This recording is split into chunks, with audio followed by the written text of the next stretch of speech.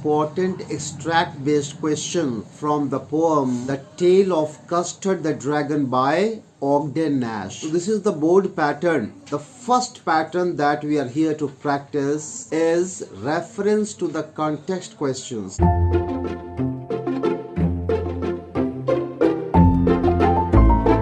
Please copy the first extract. Before that, you write the question. Read the extracts given below and answer the questions that follow. Now the name of little black kitten was Ink, and the grey mouse, she called him Blink, and the little yellow dog was sharp as mustard, but the dragon was a coward, and she called him Custard. Okay, first question. The literary device used in the line 3 is dash. अब देखिए line 3 को, and the little yellow dog was sharp as mustard. बहुत simple है. As और like का प्रयोग लगते ही हम उपमा अलंकार मान लेंगे कि किसी से तुलना किया गया है. तो यहाँ पे as का प्रयोग है.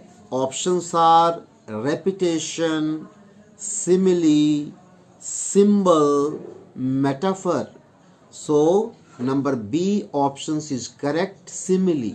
So now the name of little black kitten was Ink. Black kitten का नाम Ink था, and little grey mouse थी उसके पास पेट के रूप में, हम लोग पढ़ चुके हैं, उसका नाम Blink था. Little yellow dog was sharp as mustard. Little yellow dog का कलर बिल्कुल तेज राई के पीले दानों के जैसा था. But the dragon was a coward and she called him custard. Dragon को सभी जानवर, बेलिंडा इंक्लूडिंग बेलिंडा, सब उसको कॉवर्ड समझते थे, कायर समझते थे, किसी काम का नहीं समझते थे, दब्बू समझते थे, डरपोक समझते थे.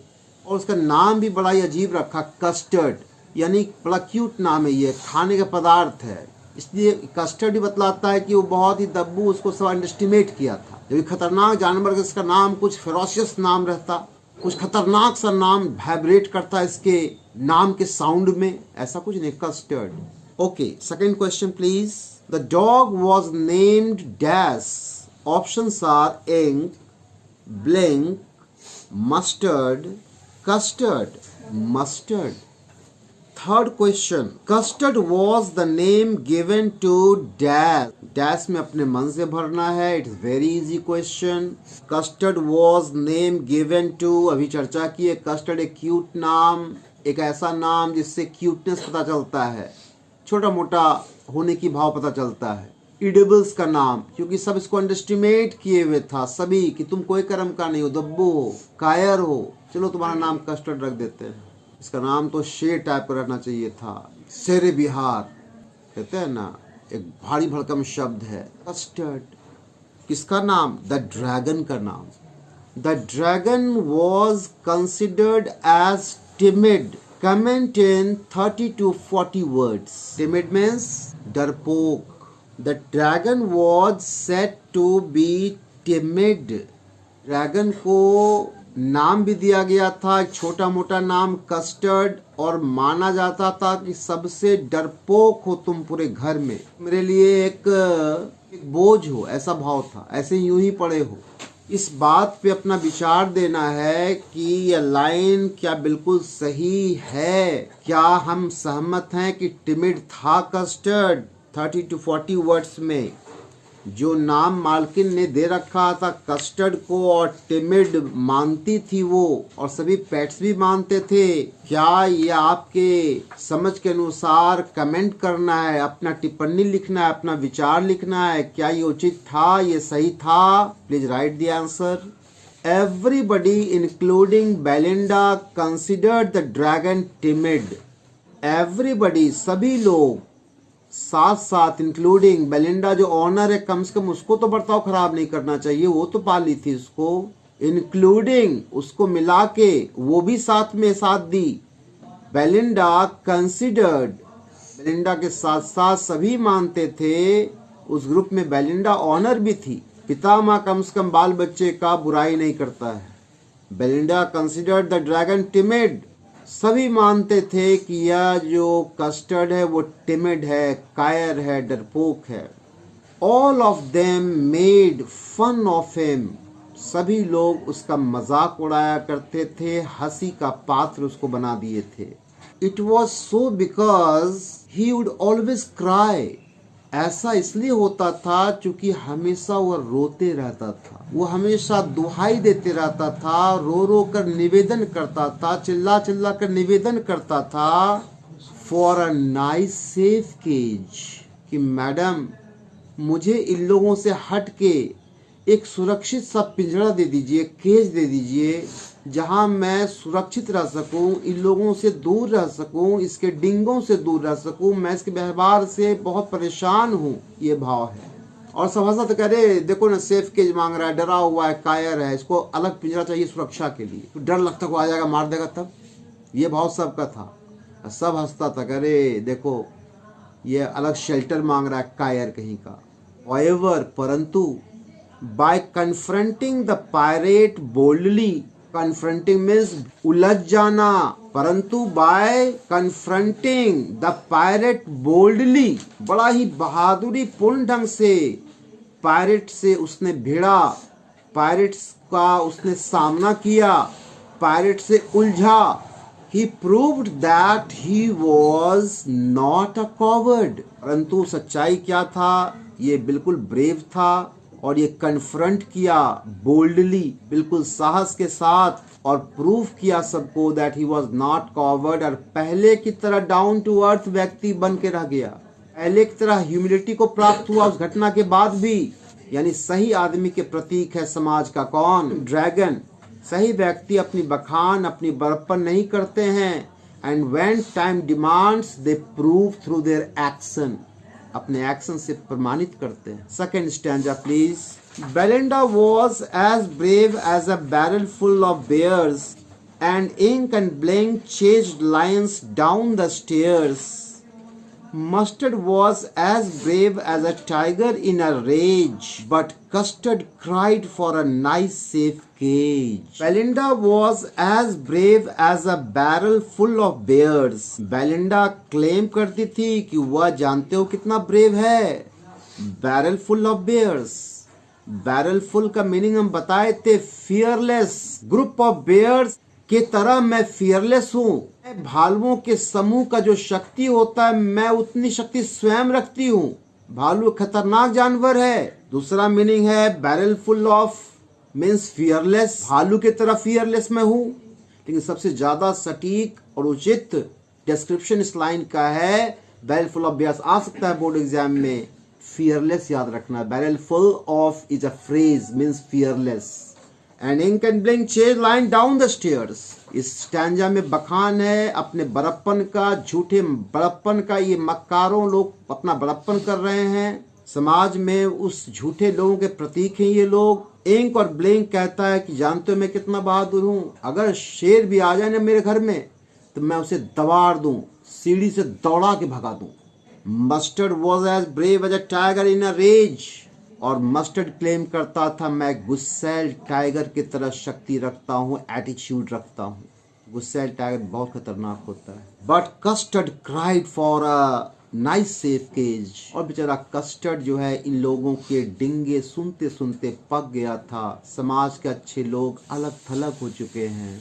बेचारा कहता था मैडम मुझे नाइस सेफ केज दे दीजिए, निवेदन करता था। मैं इन लोगों के साथ रहना नहीं चाहता हूँ, मैं अलग शेल्टर चाहता हूँ शांति हेतु। First question, who was not thought to be brave. किसको नहीं माना जाता था, कंसीडर किया जाता था कि तुम ब्रेव भी हो, तुम बहादुर बिल्कुल नहीं हो। किसको माना जाता था कि तुम बहादुर बिल्कुल नहीं हो। Options are Blink, Custard, Belinda, Ink. Custard, option B is correct. Next question is, the figure of speech used in line 2 is dash. Options are repetition, hyperbole, metaphor, symbol. Hyperbole is correct answer. अब number 2 को देखो, and ink and blink chase lines down the stairs. Hyperbole होता है एक ऐसा poetic device, एक ऐसा भाव वाला सेंटेंस, अतिशयोक्ति, बढ़ा चढ़ा के बोलना। इंक और ब्लिंक आपको पता है किसके लिए है? Ink refers to kitten and Blink refers to mouse. क्या इसकी शक्ति है कि लाइन से भिड़ जाइए? ये अपने बखान को बढ़ा चढ़ा के बोला। इंक और ब्लिंक छोटा जानवर है और बहता हम लाइन को दबा के भगा देंगे। हाइपरबोल का यहाँ पे उपयोग किया गया है ऑगडेन नैश के द्वारा। Third question, how are Belinda, Ink and Blink portrayed? Answer in 30 to 40 words. किस प्रकार बेलिंडा को, इंक को और ब्लिंक को दर्शाया गया है इस कविता में, इस बैलेड में, इस पैरोडी में। ये ballad is story that is written in poetic verses form. ऐसे कहानी जो पोएम के रूप में लिखा हो बैलेड कहते हैं। आ सकता है क्वेश्चन। दूसरा टर्म मैंने यूज किया पैरोडी। एक ऐसा पोएम, एक ऐसा कहानी जिसमें वेलर की बात हो, किसी के बहादुरी का विस्तार उसमें दर्शन मिले। ऐसे लेखनी को, लिटरेरी को, लिटरेचर को क्या कहते हैं लिटरेरी टर्म में? पैरोडी। तो बेलिंडा, इंक एंड ब्लिंक को कैसे पोर्ट्रे किया गया, कैसे दर्शाया गया है? 30 से 40 वर्ड में आप डिस्क्राइब कीजिए किस प्रकार इसको प्रोजेक्ट किया गया है ऑगडेन नैश के द्वारा और किस पर कटाक्ष किया गया है इन लोगों के द्वारा। Belinda was very brave like group of bears. Belinda claim करती थी कि मैं भालुओं के समूह के इतना शक्ति रखती हूँ। एक भालू तो काफी है इंसान को मारने के लिए, और ये कहती है ग्रुप ऑफ बेयर्स की तरह शक्ति रखती हूँ। Barrel full of bears. Belinda was very brave like a group of bears. इतना। Ink that refers to black kitchen and blink that refers to grey mouse were so brave। वे लोग claim करते थे कि मैं इतना बहादुर हूँ that they chased lions, कि हम लोग लायन को भी दौड़ा सकते हैं, दबाड़ सकते हैं, भगा सकते हैं। Mustard, mustard is for yellow dog. Mustard yellow dog was like an angry tiger. Mustard जो येलो डॉग था वो क्लेम करता था कि मैं एक ऐसा टाइगर हूँ जो गुस्सैल के भाव में रहता हूँ। मैं गुस्सैल टाइगर कितना ब्रेव हूँ, खतरनाक हूँ। But all of them prove to be cowards when the pirate came. सब प्रमाणित हुआ कायर, सबका रियल चेहरा सामने आया जब एक परीक्षण प्रकृति ने एक सिचुएशन दे दिया। सब प्रमाणित हो गए कॉवर्ड था, कॉवर्ड सब निकला। व्हेन द पायरेट केम, जब समुद्री लुटेरा का घर में प्रवेश हुआ अल्टीरियर मोटिव से, बैड इंटेंशन से, सबका चेहरा सामने आ गया। और रियल ब्रेव कौन था यह भी सामने आया। Real brave was custard the dragon, जो कम बोलता था और हमेशा रोते रहता था, मुझे सेपरेट केज चाहिए। सुरक्षा पॉइंट ऑफ व्यू से सेफली रहना चाहते हैं। सब मानता था कि डरपोक है, इसको सेपरेट केज चाहिए, डरता है। वो तो अलग थलग रहना चाहता था। Last question, the repetition of B sound in line 1 is indicative of the use of dash. जो बी साउंड, कॉन्सोनेंट साउंड को रिपीट किया गया है लाइन 1 में। Belinda was as brave as a barrel full of bears. B B B B, 4 जगह B का closely placed words में है। कौन सा अलंकार है? अनुप्रास, एलिट्रेशन। एलिट्रेशन याद रखिएगा, कोई कॉन्सोनेंट साउंड रिपीट होता है क्लोजली वर्ड्स में। Use of alliteration.